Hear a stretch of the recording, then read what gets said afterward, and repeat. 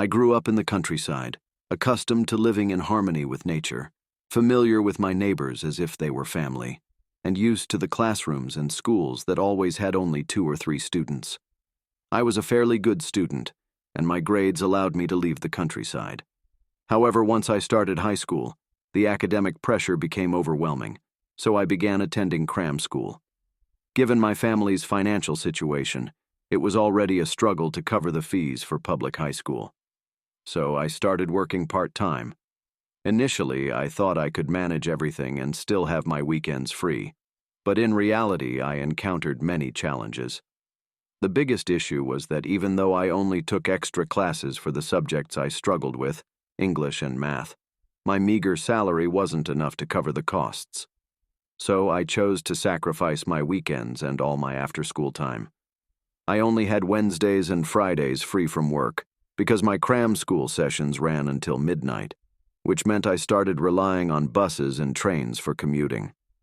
This was a particularly exhausting Wednesday. Most of the shops at the station were already closed, and there were only a few scattered homeless people and station staff along the way. I slowly walked to the waiting area and glanced around. To my surprise, there wasn't a single person. Although I had encountered such situations before, I still felt uneasy, as there were usually a few people around. After spending a few minutes memorizing vocabulary at the station, the train finally arrived. However, when the doors opened, I was shocked. The last train of the night, at 11 o'clock, was unexpectedly packed with people. But since I had no other choice, I forced myself to squeeze in, curling up by the door. Leaning against the handrail next to the door, I tried to read, knowing I had a test the next day. But perhaps due to my exhaustion, my eyelids felt unusually heavy, and soon enough, I lost consciousness. I don't know how long I slept, but I felt a liquid dripping onto my face. I initially thought it was the usual condensation that sometimes formed near the doors, but it had a pungent, metallic stench. Growing up in the countryside, I recognized that smell instantly. It was the smell of blood. I jolted awake, wiping my face with my hand and glancing at my palm. It was stained bright red. Panic surged through me as I feared what might be above me. I knew well that it was best not to mess with the unknown, but curiosity is a primal instinct, so I looked up. The ceiling was a wall of flesh, composed of various human skins, flesh, and unidentified tissues. I was so terrified that I collapsed to the ground. The passengers around me lowered their heads and looked at me, and it was then that I noticed they had human forms, but no facial features or skin.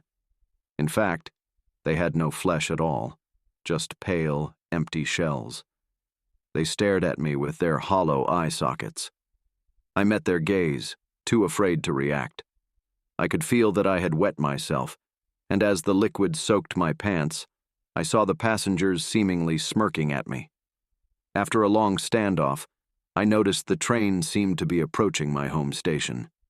This reminded me that this train wasn't supposed to stop at any station, and I found myself at a crossroads.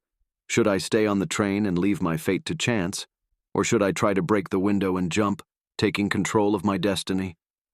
Of course, even though it seemed like a choice, it was really just coercion, since either way, I would die. This forced me to choose to jump. Once I had made up my mind, I pushed through the crowd, grabbed the emergency hammer, shattered the window, and jumped out with all my strength. The tumbling and collisions lasted for a while, and I felt pain all over my body.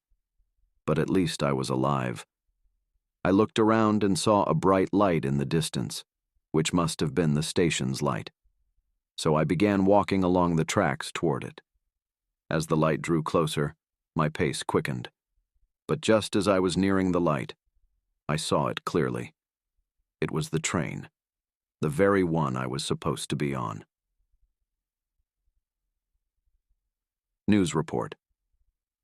Last night, a student jumped onto the tracks and was dragged by a train all the way to his intended destination, where his body was finally dislodged. However, the corpse was already mangled beyond recognition.